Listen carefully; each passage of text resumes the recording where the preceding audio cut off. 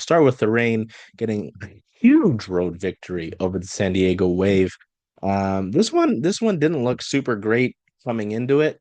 The Reign had lost their last match before, excuse me, coming into this game. They're on the road for three consecutive matches in the month of June. They were coming off of that tough international window. They had a ton of international players basically getting in the day before. Um, like just Fishlock played on Tuesday. It's not ideal. Um, but the Reign were able to put up a strong performance in this one. The stats will favor San Diego, and that made sense. They owned if I go back to it here, I gotta get the right matchup. I was doing some stats on Emery Adames. The Wave owned 63% of the possession. They had 8 total shots, which was more than Seattle's. Both teams tied for shots on target, funny enough, but the Wave had the two big chances in this one, which is funny given that the Reign scored the two goals. The first 45 minutes was a weird mixture of Seattle really doing well to defend against the pressure that San Diego presented. Lots of balls that Seattle had to clear out within their own box. Good play within their own box to make sure there were no chances for the Wave, or at least limiting those chances. And a few pieces of dangerous possession. Lou Barnes mentioned it during the post-match press conference that they did a better job this match, sorry, of getting into the final third, and I would agree with that. Not that it matters to the NWSL minutes leader that I agree, but just seeing the sort of possession that they had in the spaces they were able to get into, it just looked like they weren't able to, get that final pass or really even get a shot off. I believe at the half they didn't even have a shot attempt. So that was difficult, but going into the half like that, defending how they were, and getting into spaces that they were, plus, considering the bench that they have in this match is ridiculous. If we go to this, because again, I mentioned the internationals that were coming back um, from that FIFA window. They obviously didn't start. It's pretty remarkable. You look at the bench: Maddie Darlene, Lynn Biondolo, Anghra James Turner, Jess Fishlock, uh, and Ji So Yoon all on the bench for Seattle in this one. So really, really fascinating um, to see this. So uh, I that's why I figured, hey, like I felt good about the chances for the Reign in this one, considering the veterans that they were going to have available off the bench. It ended up not being the veterans who scored. Sally Menti, who had signed a short-term agreement that ends at the end of this month, scores a banger of a goal in the 67th minute to give the Reign the lead. A Roosevelt High School alum, a Seattle native who had trained with the club for years, ends up getting that goal in a big moment. Unfortunately, the Wave answer just 8 minutes later.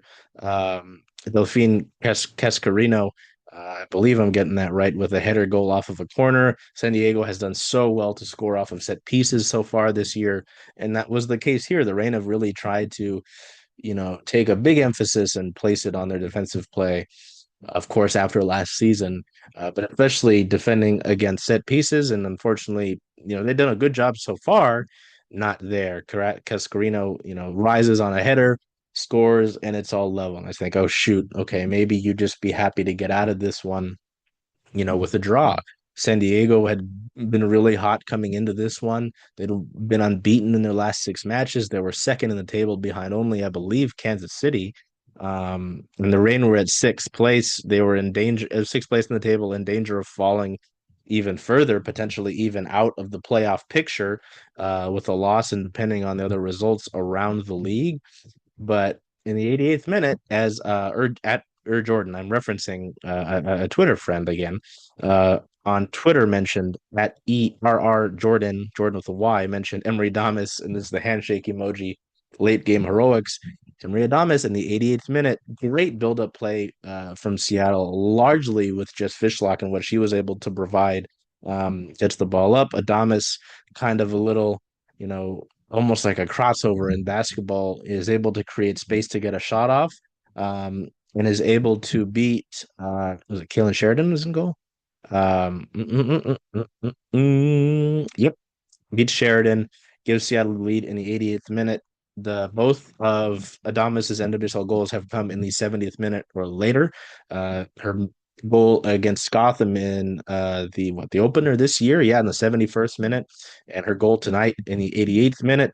If you want to count the goal against the Courage on Megan Rapinoe jersey retirement night, even though it's credited as an own goal against Casey Murphy, which sure, that was in the 90 plus seventh minute, so it would still fit the bill.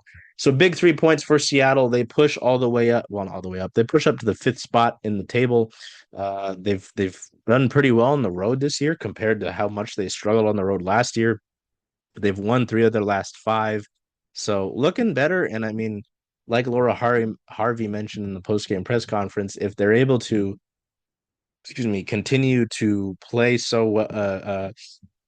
play well defensively, which is part of the reason why Emery Adames is, seeing some more minutes as of late, getting start last match against Washington, and obviously the success of the goal here.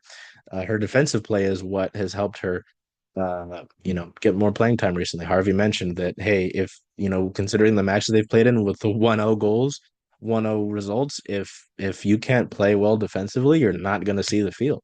So Harvey credited Adames for the defensive play that she's shown in recent weeks. So big for Seattle there. Their next match, again, all of them road matches comes 8 days from this one, Saturday, June 14th against the Chicago Stars. They've rebranded from the Red Stars, and kind of a funny rebrand. Chicago's really struggled this year. They are 1 win, 8 losses, and 1 draw on the season, at the very bottom of the NWSL table with just 4 measly points. So can't take anybody lightly. Got to continue to play well. Keep things going, because depending on the other results, if the Reign are able to get a win next week and those 3 points, they could, again, depending on the other results, they could bump up all the way to the second spot in the league table. So that is it for the Reign. Nothing else came up Reign wise today, as far as I remember. It was just match day, which still quite important, of course. Was on Amazon Prime Video. um Yeah, yesterday Claudia Dickey was announced to the NWSL Best 11 team, but that was yesterday. So, oh wait, no, that was today. I'm sorry. Okay, yeah, we can do 2 things today. It just felt like yesterday. It's weird. Guess it's been a long day. Yeah, Claudia Dickey for the month of May was named to the NWSL Best 11 team. Um, Pretty remarkable. Yeah, that was this morning, 9 a.m. Okay, sorry, I had to go back and look at my press email. Um, she was named to the May NWSL Best 11. It's her first career Best 11 honors following, some pretty big May performances, obviously, that saw her get called into the U.S. Women's National Team or a little bit earlier during that FIFA window. Uh, it was big in the month of May. Yeah, absolutely. Facing 54 shots, which was the third most in the league, if I remember correctly, only conceding 3 goals across those 4 matches. Just 25 years old, obviously signed an extension a little bit ago. She recorded 2 clean sheets, tied for the most in the league for the month. So pretty remarkable there. Again, really big that the Reign signed her to a 3-year contract extension just a little bit ago. And then, earning the U.S. Women's National Team call up, very deserved for Dickey. So, you know, very, very. That was, hey, it's just Claudia Dickey's world, and we are all living in it. Goodness. Okay, yeah. Sorry, that felt like it was yesterday. Don't know why. So, pretty solid day for the Reign. You get 3 points. Your goalkeeper is named to the best 11 for the NWSL. Love to see it. You absolutely love to see it. Hey, Charles. Hey, Jen. Hey, where are you going to watch all the away games for Seattle Reign FC this year? Away games. Well, since Rough and Tumble is the home of Circling Seattle Sports, I was thinking of coming here if that's okay with you. I think that makes a lot of sense. See y'all here.